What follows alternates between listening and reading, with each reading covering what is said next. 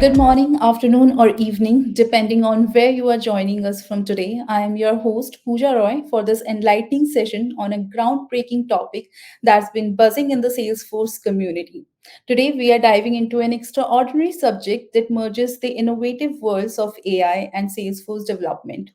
So, before we kick off, let me introduce you to a remarkable book titled Leveraging ChatGPT in Salesforce Development, penned by none other than our esteemed guest, Joseph K. and Andy Forbes.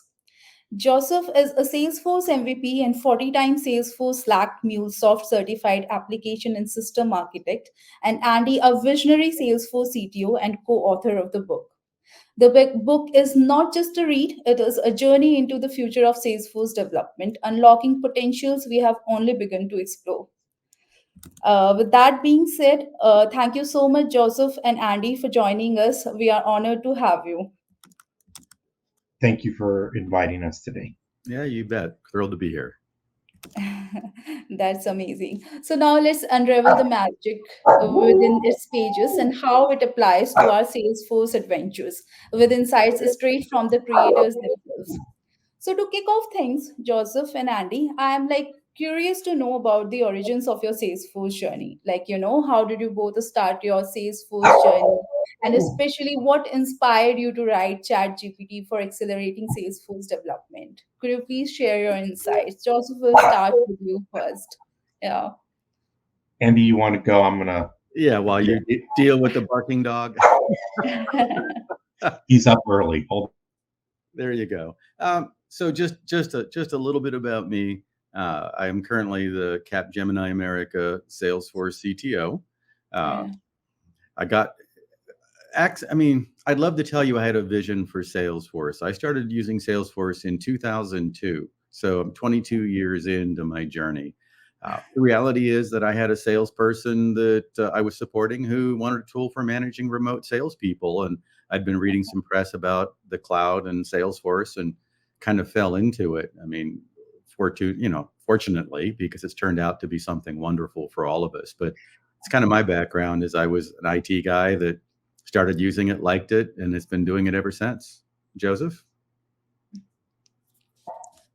Thanks, Andy. Pooja, so I have a long career in technology as well, but I started as a business analyst.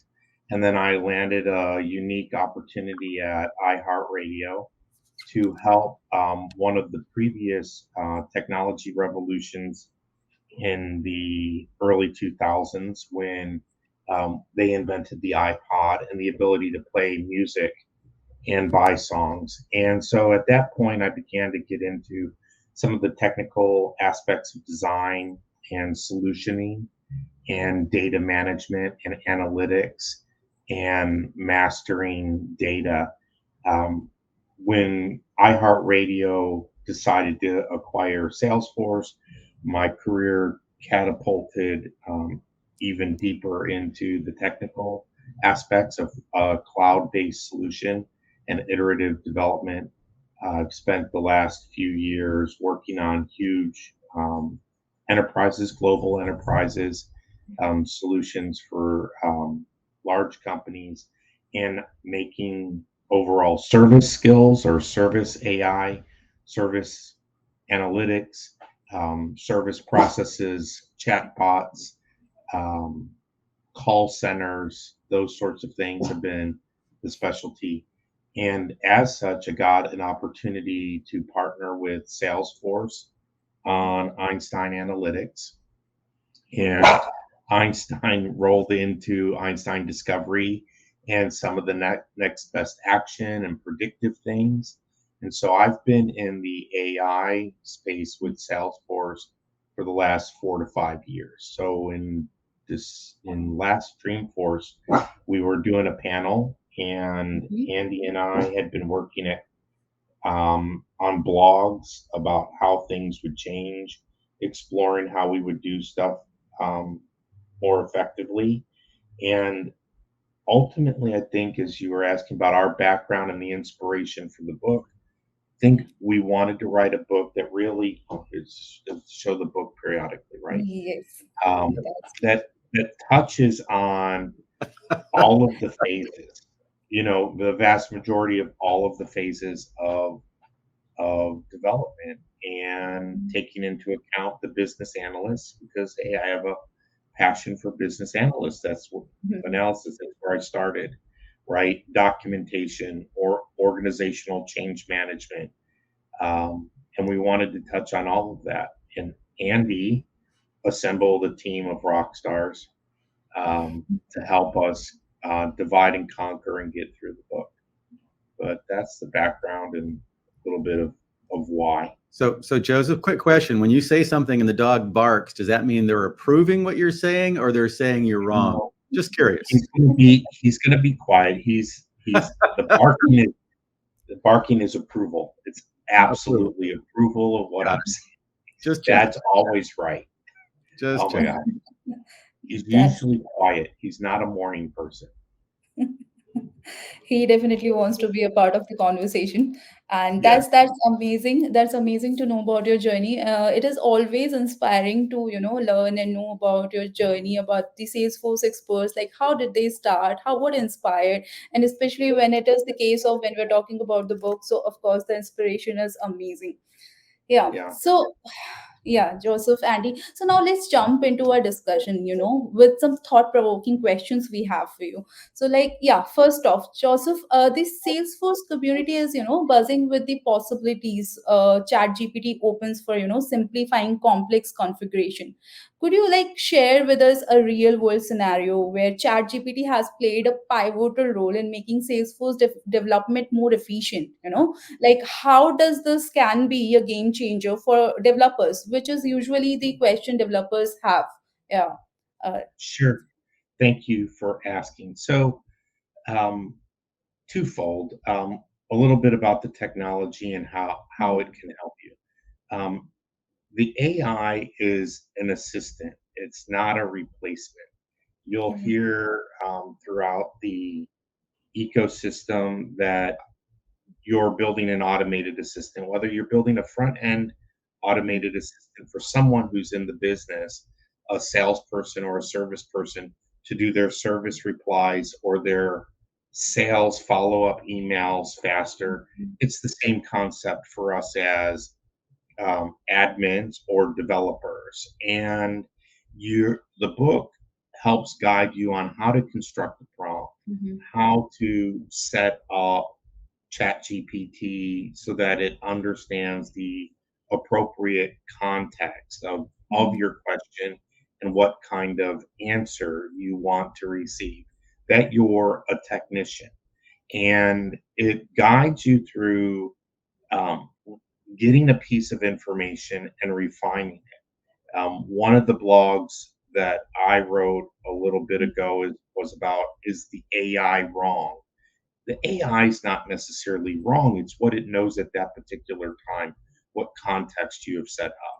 You mhm, can begin to use AI to help automate or accelerate through fundamental configuration routines, or you can help it provide you step by step guidance for using the tool to build flows. Or you could go ahead and ask it to write you Apex and get out Apex results. But is that Apex going to be 100% effective and locked down? Just copy it right out of ChatGPT, save it as a class, mhm, upload it to your org, and you're done. 8 hours of work is finished in 5 minutes. No, you need to understand still the same architecture and design and development values that you have around, is the code scalable? Is it configurable? Have you used the right documentation standards? You can refine the code.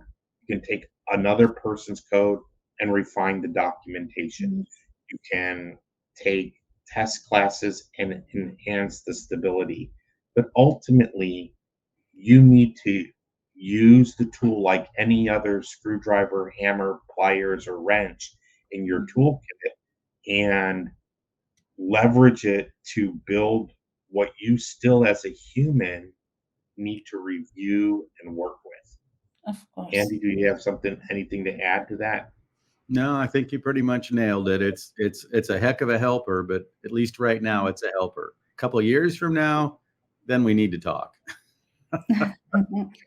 Yeah, we have been talking to other people as well, experts as well, and they have been also telling these kind of things, to be careful about while we are using ChatGPT. Of course, as Joseph said, you have to, review at the end of the day. You cannot just really go ahead and do it, but of course, it helps in many cases. So that's fascinating, Joseph. You've outlined ChatGPT's impact in streamlining processes, right? Yeah. Yes. So, There, yeah, now there was, moving forward, yeah, you were saying something. yeah, there was one particular example where um, I'd been working on some code with a developer for a project, Mm-hmm. and we kept running into um, whether or not we needed to put at future comments or at future statements into the code Okay. in order to get things to work effectively. And I had a teacher and a mentor coach at one time in the past tell me that um, at future statements are not fun or the best or always reliable.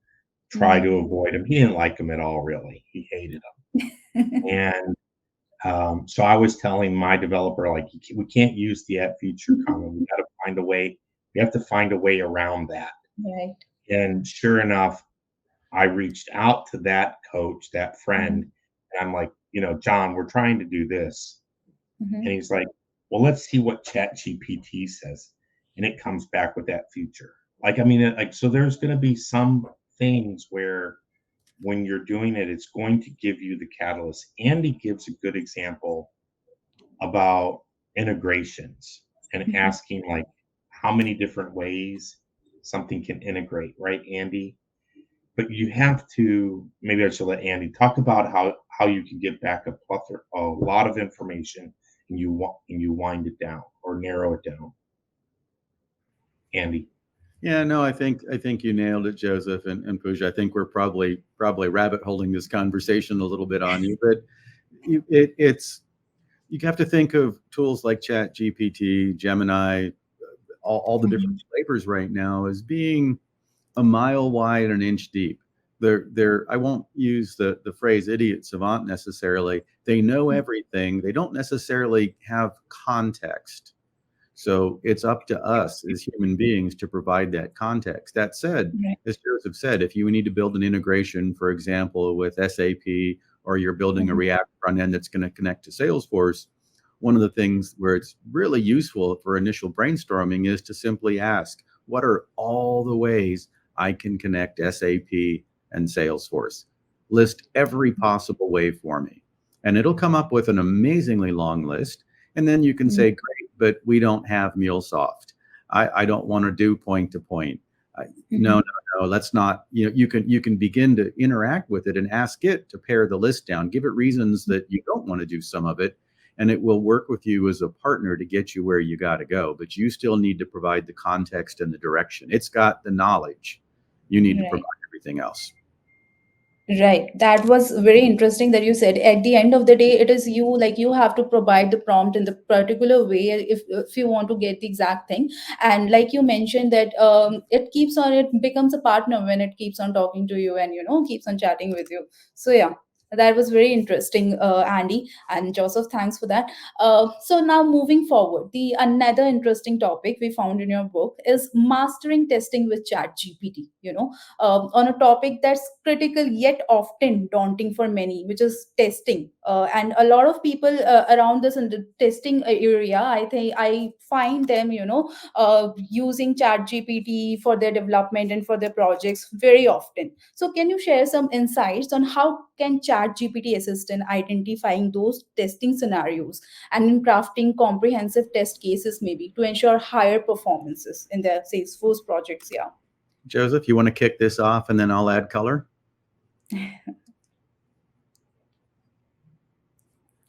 Joseph, you're on Yeah, I mute. muted again. So yeah, so all the most of the time with testing, right, a lot of people examine happy path. They're given a scenario, and their focus is, let's write out this use case that achieves this process. Mhm. And instinctively, you go and you build that thing, and you test that that thing does, that process, that flow, that apex does what it was asked. But it doesn't take into account the countless edge cases, right? Where you begin to get caught up on what are all of the things that can break it. You know, Mhm. what do you not know about the volume of data? What do you not know about the quality of the data? And so I think that, from a testing perspective, you're going to be able to find a large number of the scenarios that make your code or your configuration more stable. It's going to have a greater awareness around those edge cases from a testing perspective. Andy? Yeah, I'm gonna dive into a couple of spots, including something that we didn't put in the book. I mean, the book was supposed to be 200 pages, and it ended up being over 300. There was a point Right. where we just had to say stop writing and start publishing. So a Right. little bit of this didn't make it into the book. Joseph makes great points. Something to keep Mhm. in mind is that nobody should be writing Apex test classes anymore.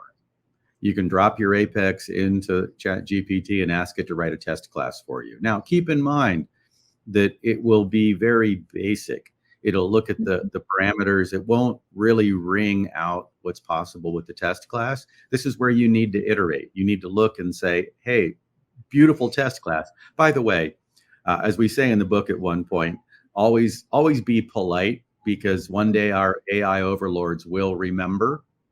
So That's you true. say, hey, it's a great test class, but please, can you, this line that pulls this ID from this object, can you reference it this way? You can Mhm. iterate through asking it to make changes, and then pasting what you get back into Salesforce until you get the test class coverage you're looking for. You can do that for positive test cases, as Joseph said. You can do Mhm. that for negative test cases. If the trigger is involved, you can ask it to do it, the usual 199 and 201 number of records. You can iterate through getting a bunch of different Apex test classes, but Mhm. it does far more than that, because if you use it for writing manual test scripts, it will, again, as Joseph said, write positive and negative test scripts for you. Mhm. You can ask it to. You don't even have to tell it which edge cases. You can just say, I need an edge case manual test script, and it'll hack something out, and you can then again iterate through asking it to refine it until you're comfortable with exactly what those test scripts say. Here's where it gets really cool. So you've got 8 steps. Mhm. The tester starts to use it. They get to step number 6, and they don't know how to look up a debug log to confirm that something took place.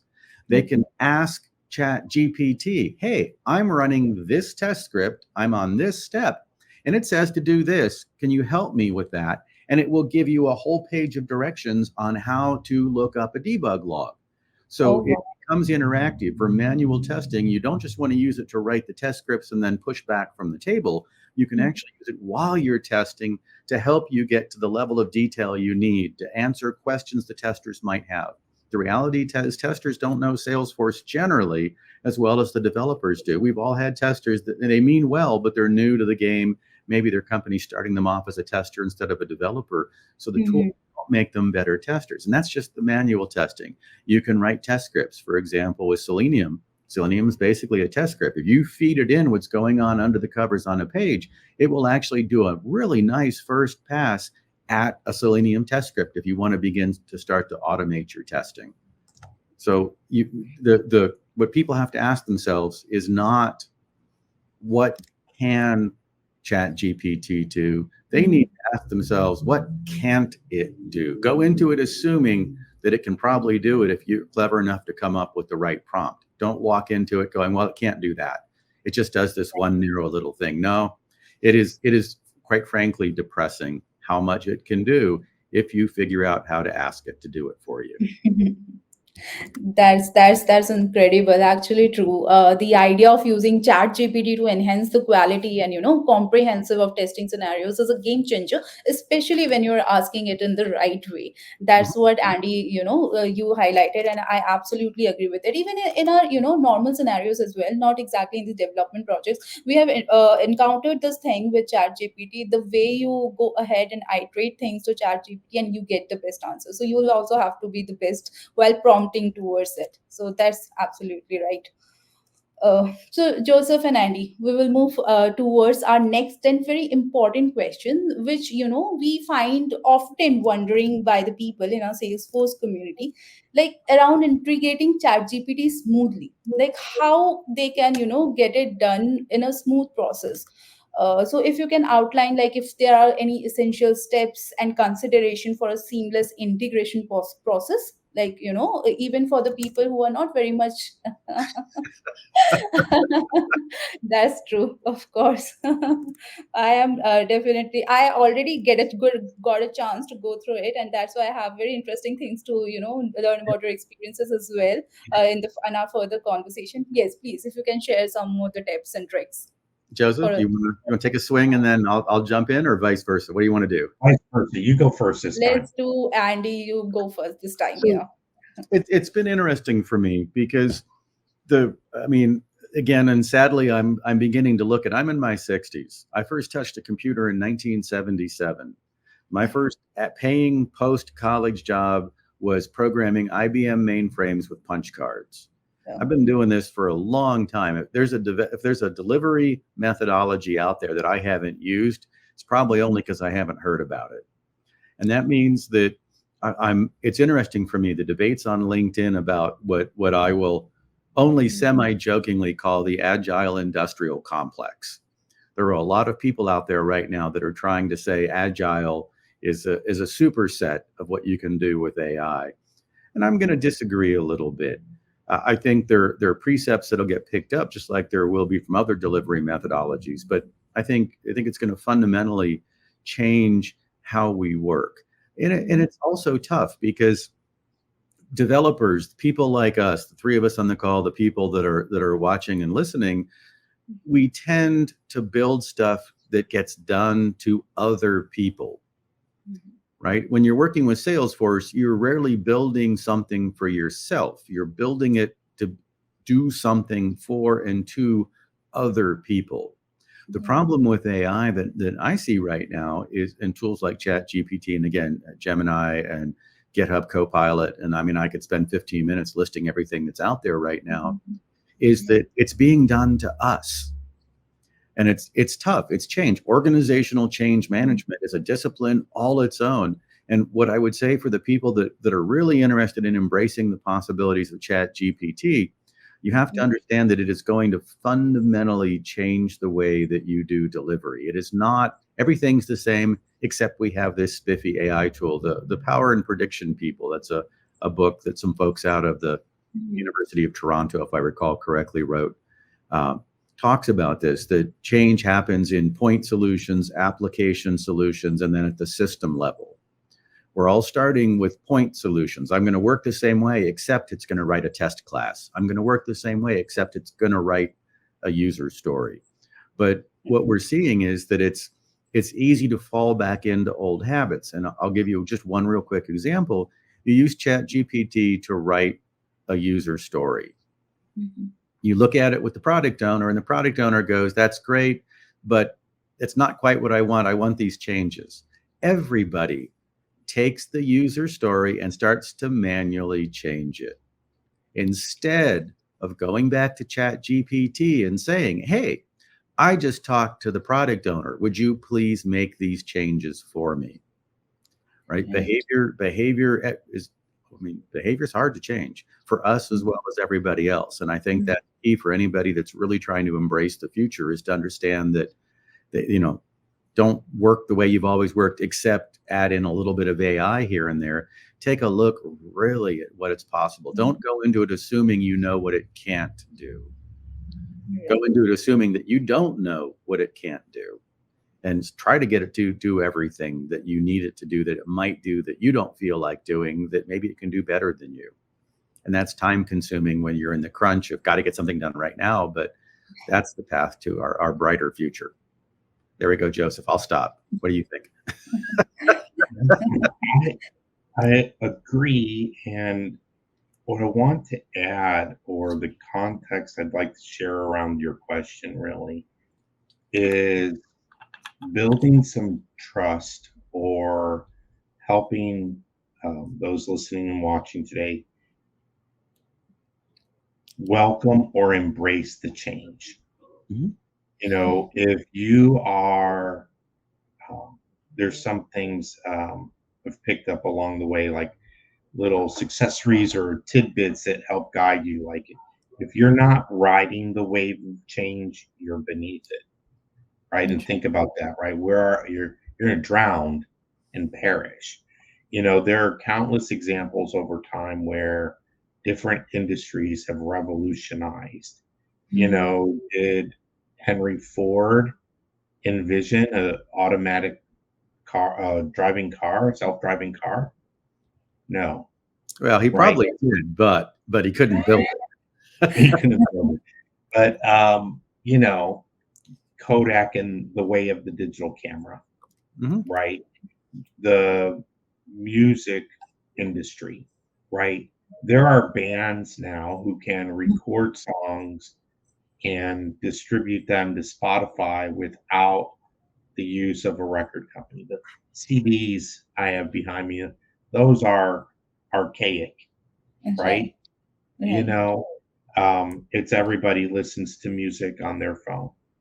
The ChatGPT or AI in general, right, is going to become a regular companion Mhm. in our daily lives. Like there was a point in time where your smart appliances were not a thing, and now they are. Your refrigerator is connected to the internet, connected to your General Electric account, Mhm. and when you need a new water filter, you get an email to Mhm. order a water filter for your refrigerator, Right. right?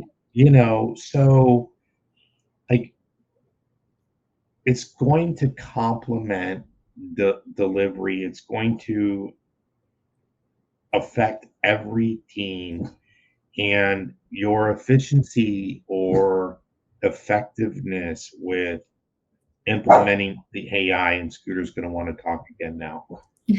Implementing the AI is embracing it across the team. If you have someone resistant, someone afraid, someone uncertain, someone not keeping pace, as Andy said, someone who wants to hang on to, hey, it's my job to manually go do that now, Mhm. rather than bringing it back, you're going to Mhm. be creating gaps Mhm. in the delivery. You're going to be creating gaps in the intelligence that the AI has to help refine it. Information is power, right? People fear change. They don't want to become outdated. If Mhm. I withhold this information, Mhm. I maintain my own relevancy. You have to bring down the wall, Right. embrace the AI, figure out a way to use it and adopt it. If you don't, like, it's not gonna, the AI is not, as Andy, I think, said this first in one of the webinars we've done, or I've heard him write it out. AI is not going to take your job, but Mhm. somebody who knows how to use AI will. Well, and I'm quoting somebody. I didn't say that I'm originally. quoting Andy. I'm quoting Andy. Right. So, Well, that's how you proliferate Andy's reputation on Google. You just tag attribute everything to me. And one thing, and that one thing, Forbes. yes.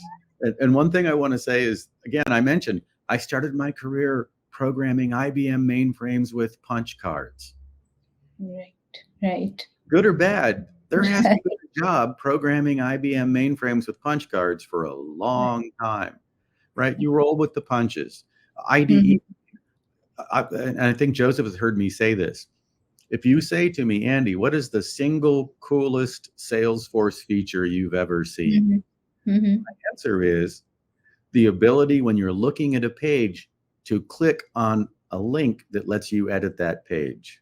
Because when I started using Salesforce, you had, Mm-hmm. of course, it was of course classic. You had to, it was 6 clicks. You had to look at the page, Mm-hmm. then you had to click on setup, and then you had to click over here, and then you had to click there, and you had to work your way down to the page design admin screen, hopefully remembering what it was you wanted to change long enough to make the change, to save it, to then navigate all the way back to the screen to see if you liked it, and then go, oh True. my God, that I forgot I put it in the wrong place. And then you handwritten notes, because screenshots, Mhm. no one did screenshots many years ago. Right. And the day that they came out with the ability to go click and edit was the single coolest day of my Salesforce existence. Forget everything else they've done, right? So for me, that dates me, but AI is just another tool. Salesforce coming out with the Einstein tools for development. We wrote our book on ChatGPT mostly because when we started writing it, the Mhm. Einstein tools weren't available. There's GitHub Copilot. They're all out there. We all just Mhm. need to figure out how to use them, and it's just one more thing that we're all going to be doing in a year or 2 or 5. Absolutely. I agree with that. Salesforce is all about AI right now. And that's because Salesforce, people like Salesforce and companies like Salesforce is embracing it because it, of course, is going to help you in a longer run, right? As Joseph said, like people are worried about AI is going to take your job. But that's not it. If you know how to use it right, you are going to, do wonders for yourself as well. Mhm. And I'm definitely sure after reading your book, people are going to know how to use it for their good, right? Yeah. Yeah, of course. So, yeah, those were very invaluable guidance you shared, Joseph, Andy, offering a roadmap to, seamless integration of Chat GPT into Salesforce workflows. Yes, is absolutely agreeable. So yeah, so Joseph, Andy, we got some very good and useful insights from both of you around some very important topics, which makes it all the more interesting, to dive into the book right away. So now I can't stop myself from talking more about the book. I did get a chance to take a look inside it and came out with such interesting topics. So yeah, I'm eager to know more about your experience. So, Joseph, I think one of the most challenging aspects of writing a technical book is ensuring that how it serves as a valuable resource for experts while remaining accessible to those who are new to the subject as well. So can you talk about how you approach this balancing act in your book? Yeah, that is something I'm very interested to know about. Yeah. Sure. So, um, if you notice, right, we have a couple co-authors on the book, Philip Zafir and Yes. Paco Calder, and um, we're all well versed on particular things, and we all complement each other with different strengths. So, we strategized that we would divide and conquer, that we would, Paco took ownership of the Apex chapters and the test classes and whatnot. I had ownership of the design chapters. Mhm. Philip had, who's a business architect, had ownership of the documentation chapters. Mhm. We ultimately all divided and took pieces. Mhm. And from that perspective, when we looked at the book and wanting to create a story, Andy arrived at the use case. We use a use case in the book consistently so that we could continue to refer people back to this is the objective we're going to try to Mhm. do. And we're going to show you how each role does it. What does Mhm. a business analyst do? What does a tester do? What does a developer do? And so, from an accessibility perspective and a language perspective or a tone perspective, it is a technical book on maybe technical delivery, Right. but on a true agile team, everybody is playing that role. There is a sense of collaboration. It's not waterfall where somebody does something in a silo and hands it over. if you're the business analyst or you're the admin and you want to read the chapter on feature design and you're responsible for putting in the user stories because that's your role on the team, great. But Right. you as a business analyst are also responsible for helping the team test and the team do a demo and the team do the training and the team do the organizational change management. So the book's written in such a way that um, all of the roles will understand it. Like you could have no hands-on development experience with using Apex code, but Right. chapter 5 in particular um, talks about the Apex code you inherit Mhm. when you take over and you join a project and how to understand that Apex code, how to take the code from your org and put it into a prompt so that it will rework. It's a guide, right? There's examples in a guide. I wrote a blog on going and leading into TDX.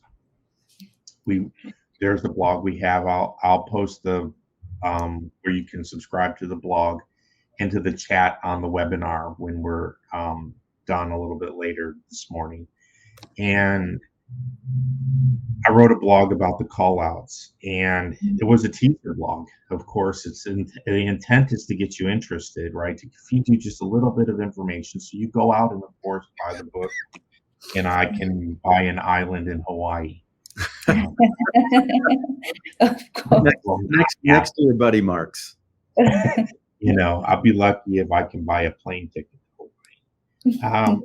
So, but you can take the information and um, go look at the book and look at real examples for how to build the call outs. They're in here. This is the sample prompt.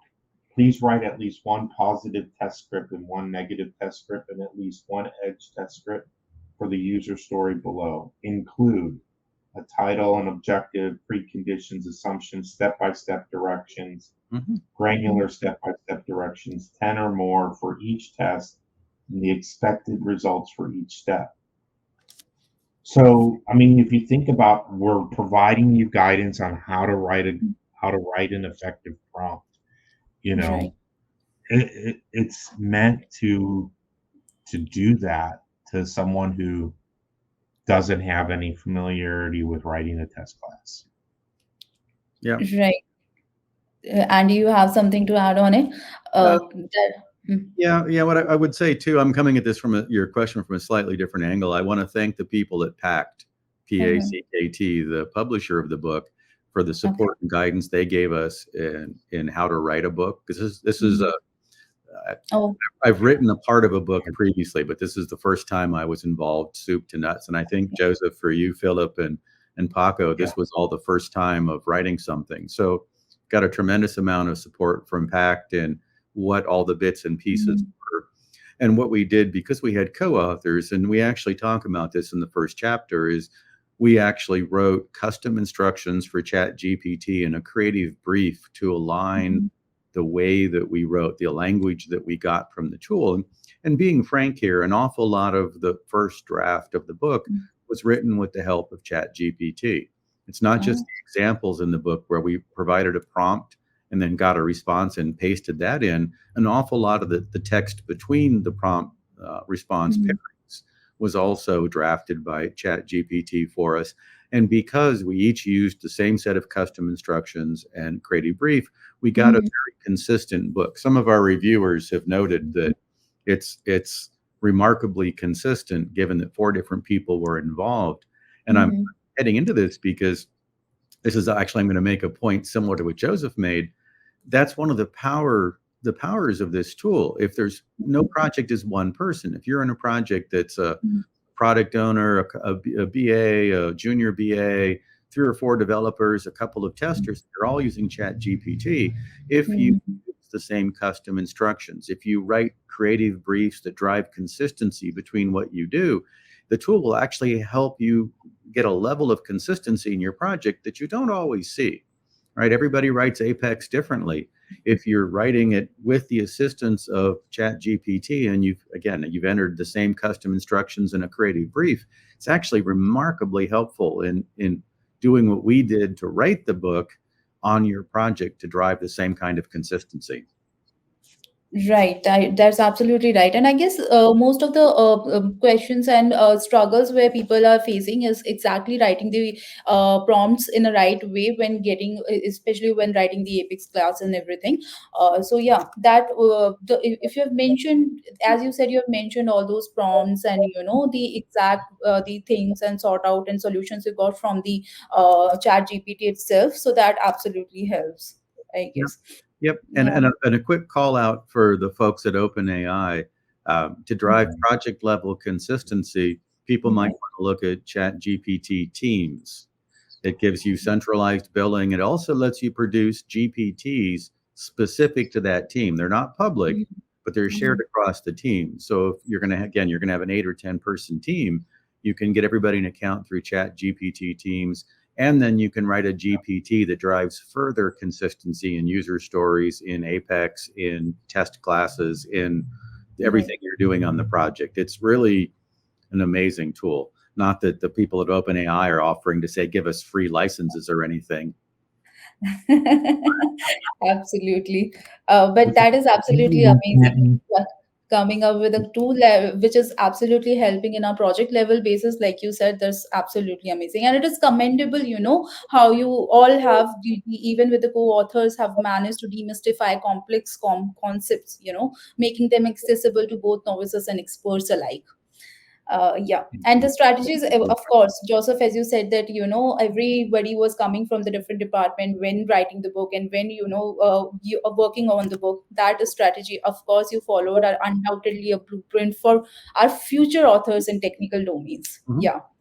So, yeah, so moving on to the launch of a book, Andy, it is always an exciting moment for authors. Could you share with us some of the initial reactions or feedback you have received from the readers, especially in the Salesforce community? Like, I am very excited to know how does it feel to know that your work is now, aiding professionals and enthusiasts who are eager to learn and apply these innovative solutions in their projects, Well, especially.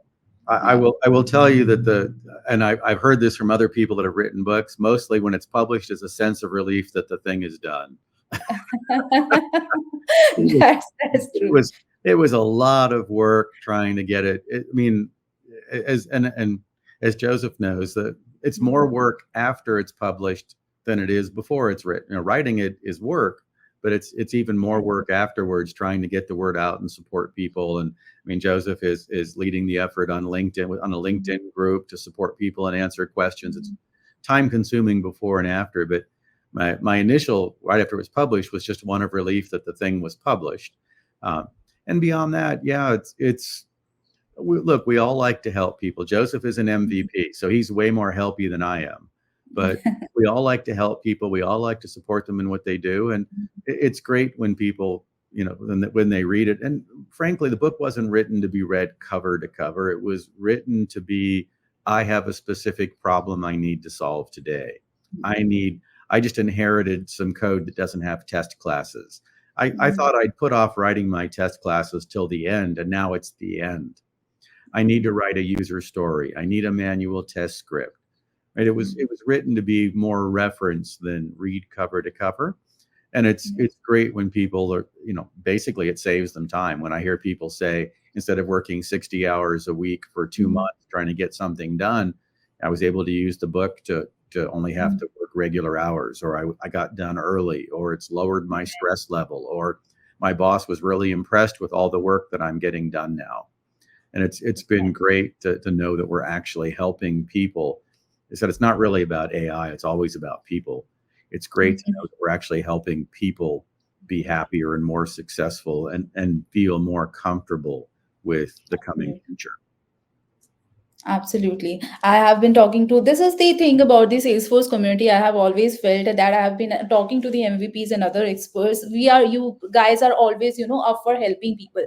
And this book is absolutely going to help a lot of people, especially not just the experts and the people who are very technically inclined, also people who are, new to the Salesforce journey and want to learn about the Salesforce development. That is what I like about it. So, yeah. Joseph, would you like to say something here?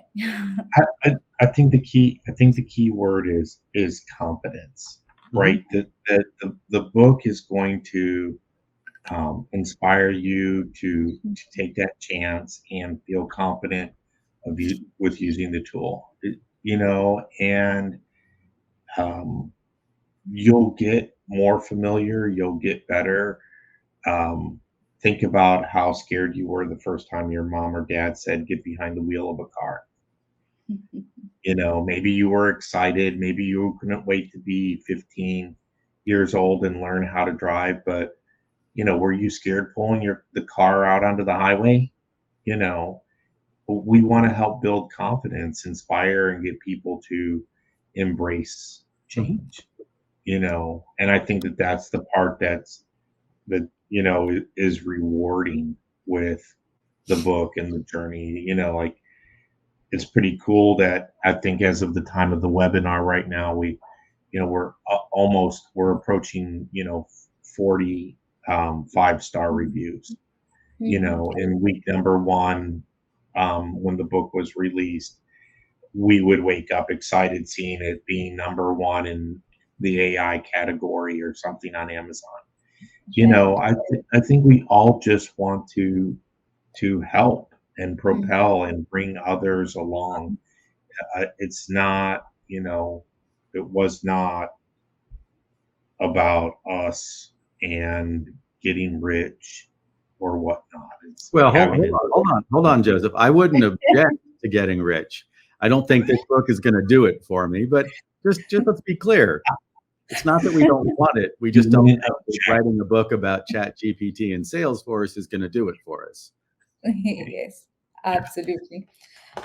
This is absolutely true. Like being a third person over here and being reader of the book, I can absolutely say that it is not AI is here. We all know that. So instead of getting worried about AI is going to get your job and you're going Mhm. to be jobless because of AI, you should know how to embrace it. That's what Joseph said, and I absolutely agree with that because of course AI is here, and especially in the Salesforce world now we are only talking about Einstein, AI, Copilot. So we of course need to be learn how to embrace that, and this book is absolutely going to do that for us. Thank you to especially both of you. So yeah. You're welcome.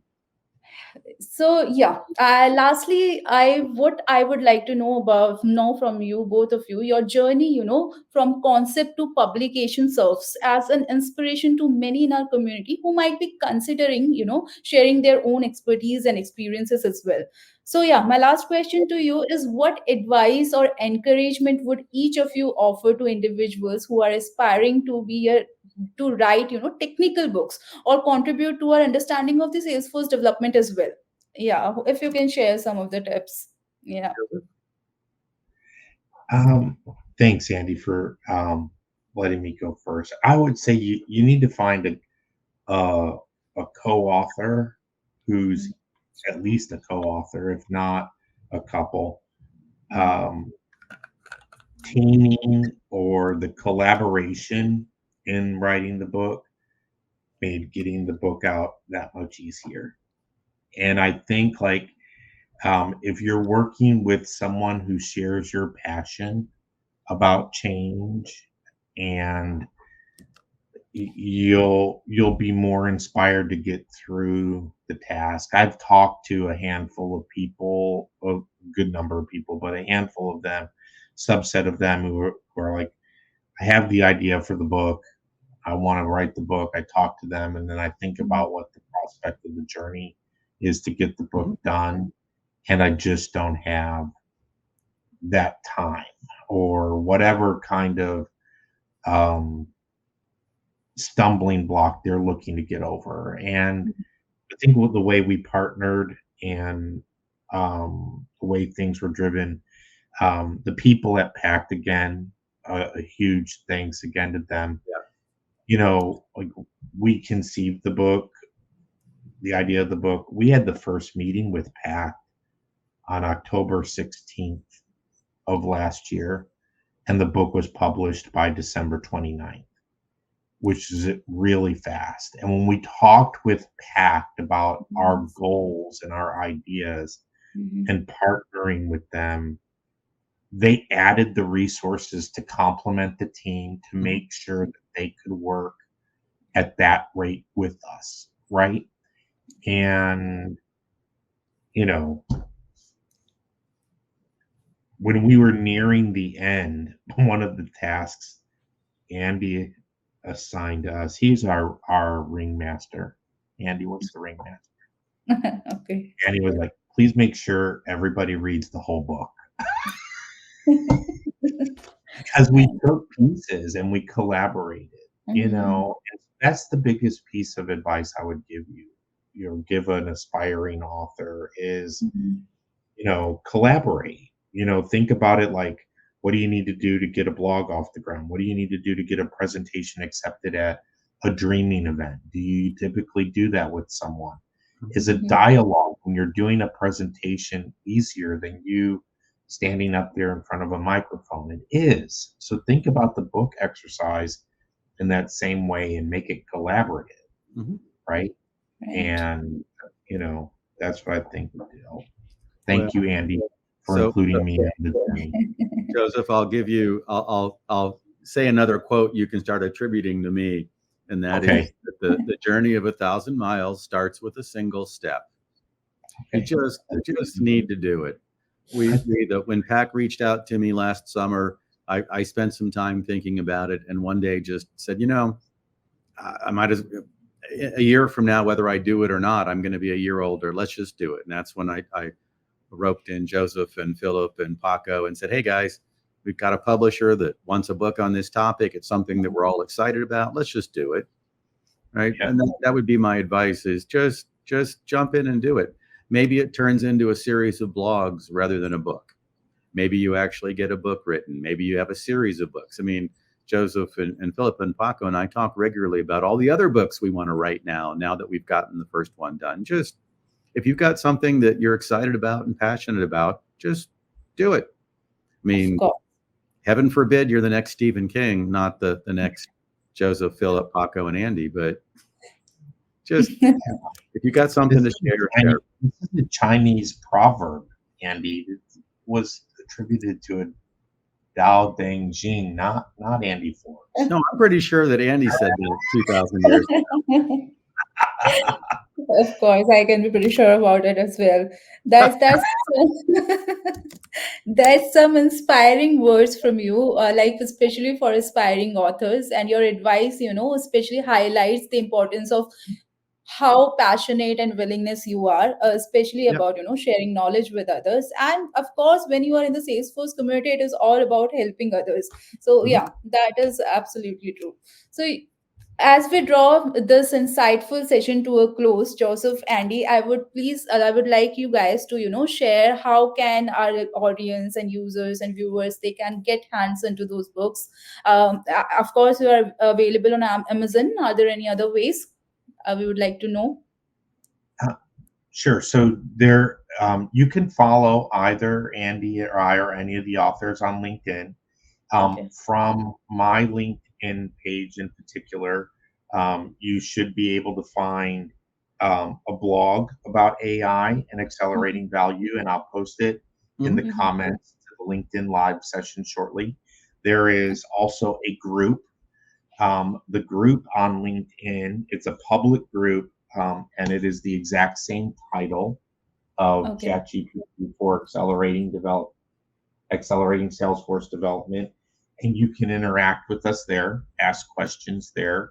Right. We'll answer you, give or take within the day we see the post, Mhm. and we'll engage. And of course, we're in the usual socials like LinkedIn and Twitter and whatnot. So we're highly accessible out there in the ecosystem. And occasionally we post a discount code for getting Oh a yeah. discount on the book on Amazon, although it does seem to be pretty country specific.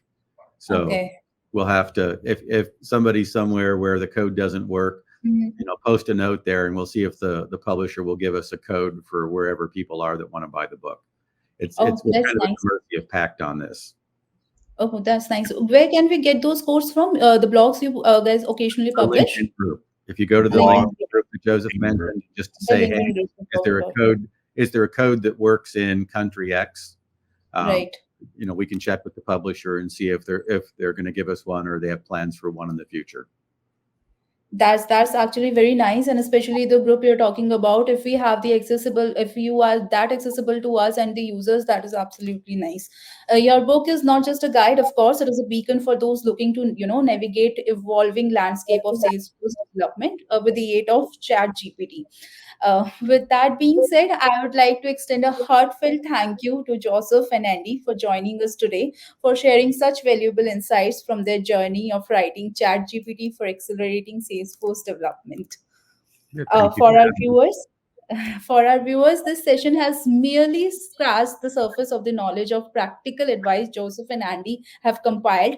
ChatGPT for accelerating Salesforce development promises to be an indispensable tool in your Salesforce toolkit. So I encourage everyone to get a copy of their book. Now we know the drill and how we get the discount codes as well. Thank you, Joseph and Andy. We Thank you were very much. honored to have you. Thank you. Thank you. Thanks.